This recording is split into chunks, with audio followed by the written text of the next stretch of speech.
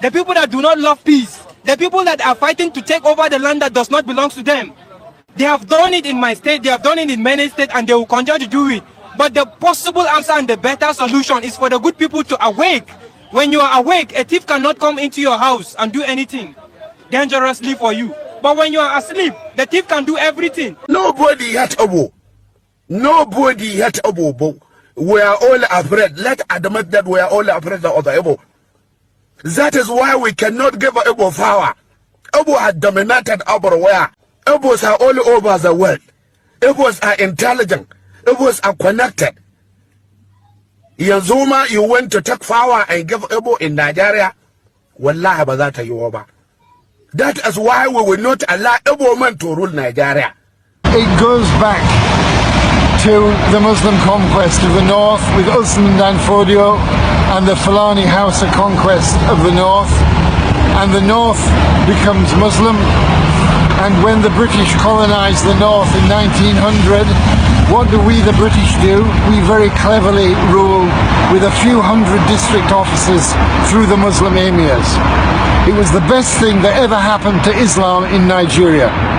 Because before then, if you were a Muslim, you went, say, to the Tiv area, what would happen? You'd be dead. Under the British, you could go as a Muslim trader and you could live and you could spread your message of Islam. So the British enabled Islam to spread in Nigeria, and the British stopped the spread of Christianity because Lugard kept missionaries out of the north. He only let missionaries go to the parts that were not under Muslim rule, like the Jos Plateau. So the Christian church in the Middle Belt thrived in areas that had never been conquered by the Hausa Fulani. Why are there huge areas of the north of Nigeria depopulated today? The answer is jihad. Welcome back to Local Journal, my people. Inside this video, Oyibo man, he can't talk plenty things about what they happen for inside northern Nigeria. He talk about the plans of these people where the British hand over the country to and waiting they want achieve. He talk say that jihad now they want achieve for inside this country. And the reason why they try to bring insecurity, and the reason why they go everywhere, they fight people and they fight other people for other region. Now be that the man talk plenty things inside the video, and some other northerners they talk plenty things about these their people. They talk say these people everywhere where they go now so they be, and the plan what they get for inside Nigeria now to conquer the whole Nigeria and make Nigeria their own. For inside the video, they talk say now what they do for inside far north. Now be that, and now what they plan to do to the whole of Nigeria. Now be that they talk plenty things about the Yoruba people, and they also talk other things about the Igbo people as well. They talk plenty things on how you see now Hausa children and then they use as Almajiri. They say so many things inside the video, and I will play the video so that we will watch them together. But before we watch the video, if today that be the first time you visit our channel, make you like, make you share, and make you subscribe. Right, I'm going to conduct a really interesting interview today with a gentleman I've met at the Nigerian High Commission. Very interesting gentleman who's been connected with Nigeria for one way or another, probably over the last Well, since 1970. I went to Nigeria in 70. Okay. If you please like to just give me a bit of insight that you gave me earlier on with regard to Nigeria and the whole politics and the issues that we're having today. It'd be really interesting to get an angle from you on what exactly happened. Well, for me, the problem today, wow, it goes back to the Muslim conquest of the north with Usman Dan Fodio and the Fulani Hausa conquest of the north. And the north becomes Muslim. And when the British colonized the north in 1900, what do we, the British, do? We very cleverly rule with a few hundred district officers through the Muslim emirs. It was the best thing that ever happened to Islam in Nigeria. Because before then, if you were a Muslim, you went, say, to the Tiv area, what would happen? You'd be dead. Under the British, you could go as a Muslim trader and you could live and you could spread your message of Islam. So the British enabled Islam to spread in Nigeria, and the British stopped the spread of Christianity because Lugard kept missionaries out of the north. He only let missionaries go to the parts that were not under Muslim rule, like the Jos Plateau. So the Christian church in the Middle Belt thrived in areas that had never been conquered by the Hausa Fulani. Why are there huge areas of the north of Nigeria depopulated today? The answer is jihad. Because those who weren't enslaved by the Hausa Fulani or conquered by the Hausa Fulani, they either died by the sword or they fled to the hills, like the plateau, like the Goza Hills in Bornu. And in those hills, when I was there in the 1970s, there were no Muslims, none whatsoever. The people followed African traditional religion and were becoming Christians. Because down on the plain, it was the Muslim Kanuri, and they're the ones that slave raided. So what's going on today in the Middle Belt? It's nothing to do with herdsmen and farmers. It's nothing to do with Muslim herdsmen, nomadic Fulani and settled Christian farmers. No, and it's certainly nothing to do with climate change driving out the Fulani. This is quite simply jihad. This is just an extension of Usman Dan Fodio's jihad by other means. But nobody in England dare call it jihad because they're all shit scared of being called Islamophobic. Well, I'm not. I don't hate any Muslims, but I think Islam is of the devil and it has to rule and it must rule Nigeria. Islam a religion of peace? Don't make me laugh. Where is Islam a religion of peace? Where Islam rules. Where it doesn't, that is the region of war. That is Islamic theology. That's what this is. So those who are for violent jihad, in my view, they have the historic pedigree in Islam. They're the Salafists. Now, Islam is a broad church. Islam encompasses all lots of people. Most Muslims are not terrorists. But the people around us today, here and in Nigeria, who are terrorists, by and large are Muslims, and a particular kind of Muslims. They are violent Wahhabi Salafists. When I say that, I won't have some idiot accusing me of Islamophobia. They should credit me with a little knowledge of Islam, its history and theology. This isn't about Muslims versus Christians. It's about Islam must rule, Islam must triumph. And that's the case in Nigeria, and it's the case here too. Except here they can be a bit quieter about it. Thank you for that. I really appreciate it. And yeah, really interesting. Please, can I just have your name? Can you just tell me your name for? You give me yours, I'll give you mine. The people that do not love peace, the people that are fighting to take over the land that does not belong to them, they have done it in my state, they have done it in many states, and they will continue to do it. But the possible answer and the better solution is for the good people to awake. When you are awake, a thief cannot come into your house and do anything dangerously for you. But when you are asleep, the thief can do everything. So it's awakening now for the good people of Iyo, not only Iyo, entire Nigeria. We need to wake up. Even the far north, I am telling you, there are some people that love peace, but they don't have support. That is why their right has been denied. So you see, this country, for us to get things right, the good people, most especially from the east and from the west, they need to come together. If they come together, they need to tell the northerners. You know, majority, I'm from the north. I will not be afraid to say this, because I tell them my best friend is dead. If I die today, I'm the most happiest person on earth. They need to come together. The leaders of the north, they don't want anything good for this country. Most especially those that are supporting the terrorism. And if you talk about them, you become their enemies. Yes, I'm their enemies. I already know I'm there. Even they don't need to tell me I'm their enemies, because these are people that on the daily basis. I'm in my state. I'm one of the vigilante in my state. Day and night we are working. I'm a vigilante in my state now. We are working to see that this evil act will stop. But then they will go in the night when people are talking about peace program. In the night they will go and attack a village. So the good people must know, wake up. You know, the west, the south, and the east must come together and fight this evil. These people, I can assure to you, they are powerless if we unite. They are powerless. Even in the north, they are good people. That's the message I would like to pass. But some few people that are doing evil, running the north with evil incantation, that is why you see the north is not achieving any impact, not any progress. They continue to leave the youth in the north in abject poverty. That's exactly what they are doing. But you must wake up. And I thank God because Yoruba people, the way they live in peace as Yoruba Christian and Yoruba Muslim, they must continue like that. Let them not allow any negative vices that will come in the name of religion and make them to become enemies of one another. They achieve that in my state though.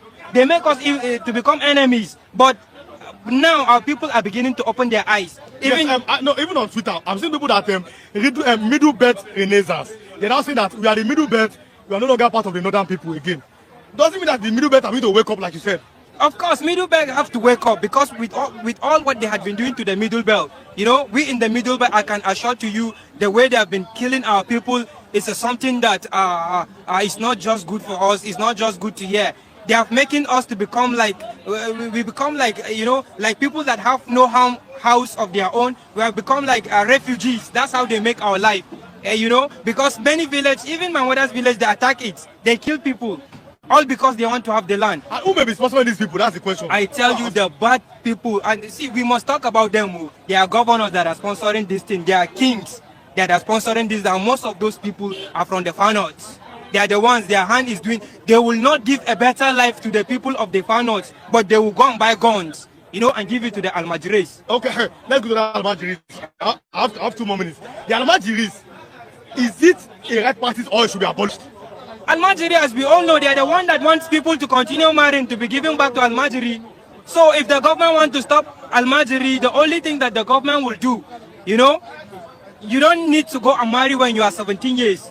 You will see governors in Kano, they are supporting, you know, a young man that is of 17 years to go and marry a person that has no concrete work to do. It has no even handwork to do. And he now have a wife. And how do you expect him to feed the wife? How do you expect him to live a life of expectation? How will he be able to send his children to school? So there is nothing like that. The children have to go and be going around and around begging. That's exactly what they will continue to do. And the people that are making them to do that thing, which they are using, you know, like the Almajiri school, they build the Almajiri school for them. You know, it's like it's just like they are telling them this thing is good, continue doing it. But it's a time that we need to know that Almajiri, not that they want to be Almajiri, it's the system. They want to collect power by all means. They use them in time of election. You know, democracy is the game of number, but they forgot that in Nigeria it is money. It is money. It is no more number. It is who is going to put you. We all know Tinubu put Buhari on power. Now they want to deny him. Even Buhari himself, they want to deny Tinubu. But Tinubu understand. He understood that man is money. So he gave Mahmoud a lot of cash. And Mahmoud, you think Mahmoud loved Tinubu? It's the money he loved. Mahmoud sell us to who? To Tinubu. And all the trouble we are having today is because of the cash you collected. So finally, on that, we cannot substantiate on that. That is an allegation. That's one side. Finally, we are placed in your place, not even a place. You want to see Sharia law in your land. We are closing. Sharia law is not going to be helpful. If they want Sharia law, maybe if Nigeria is split, then they should go with their Sharia law and everybody will have his own law. But as for now, as it is right now, I don't think for the people of Yoruba, Sharia law will be good for them because we have Christian, Muslim, and idol worshipper. So you see, it's not only the Muslim that are in the state. So Sharia law for me, if they want to do it, they can continue doing it in their states. They can do it in the far north, their state, which they like it and which they embrace it. But they should not bring it to the Yoruba people. Yoruba people, I love your spirit. So they are everywhere. After the war, a woman was given only 20 pounds. Within 10 years, only a woman everywhere become Balonia. Now in Obolang, there is no family without Balonia. I have a lot of friends. Plenty of them, two Chukwute, two Akene, two Alabons. Plenty Obo, become Mama Obo. And so if you are saying that we hate Obo, nobody hate Obo. Nobody hate Obo. We are all afraid. Let admit that we are all afraid of the Obo. That is why we cannot give Obo power. Obo had dominated everywhere. Obo are in charge of business. Obo are in charge of the economy. Obos are all over the world. Obos are intelligent. Obos are connected. Yazuma, you went to take power and give Obo in Nigeria. Wallahi bazata yoba. That is why we will not allow Obo man to rule Nigeria. It's a noble quest of a hetera. If Igbo had dominated over where, had taken over business, now the only thing remaining for us is power. If Igbo I give one chance, wallahi tallahi, they will take over power and nobody can wrestle with them. Billahi lazi. So the strategy we have mapped out is to use Igbo against Igbo. The only man who can defeat Igbo man is an Igbo man. And so we know that Igbo lack money. So we give their politician money to go and fight their brother. Yeah. If you think I'm lying, what is happening to Ajo Uzakalu, what happened to Richard Nkwarecha, what happened to all of them is because after we use them, we cannot trust the anyone who betrays his brother cannot be trusted by us. And so it is political sagacity. It's not a garrulous absurdity but symbolic jingoism. The conclusion of my submission is that we do not hate Igbo, we are only afraid of the Igbo. That is why we will not allow Igbo to hijack power. Sultan of Sokoto have planned. They make ministry for Almajiri. They take a lot of money each month to continue to make Hausa children Almajiri. We don't like Almajiri. If you're not allowed your children to be Almajiri, maybe they can do something very bad. So please, Nigeria, you have to know what Hausa people going through in Fulani, in the Fulani religion. I'm not talking about Islam, because Fulani they don't believe in Islam. They believe in Podianchi. Because we have system as a Muslim, Christian, and Jewish. Jewish people, they got pray for the week, Saturday. Christian, Sunday. Muslim, Friday. And Fulani, they do it in Wednesday. They go to Podium. They pray like you Christian doing in the church or Muslim doing in the mosque. So please, Nigerian, don't allow Fulani. Don't allow Fulani to cause problem between you, your tribe, one tribe, to divide you to rule us. Because I can see in Yoruba land, I can see in Igbo land. Now they take Igbo man to put in central mosque. This guy in the future he going to fight his people. Now they cause problem between Yoruba Muslim and between Yoruba Christian. We know what Fulani going to do in the future. So Yoruba, Igbo, please, you have to learn for us. Our parents made a mistake. Now we pay for what our parents have done. Our parents did this because if they know we're going to going through this problem with the Fulani, they can't do. Fulani as gypsy. They're looking for land. They use religion to divide you, to rule you. We have to say, Buhari is the last president Fulani in this country. Even you're looking for land, Yoruba nation, Igbo nation, it's okay. But still, we are Nigerian. So if we want to live in peace in this country, we have to be unity to make Fulani to go away in this country. Fulani must go. Now that we, the Hausa people, enlighten our people, we don't allow Fulani to lead us anymore. We now fighting for our freedom. And I'm Muslim. But Fulani don't care about Islam. They use Islam to find what they want. They support, who is create Boko Haram? Fulani. I have evidence. Shekau, he say he fight because what Ampodio have done. He want people to become Muslim. If you want it, I can play for you.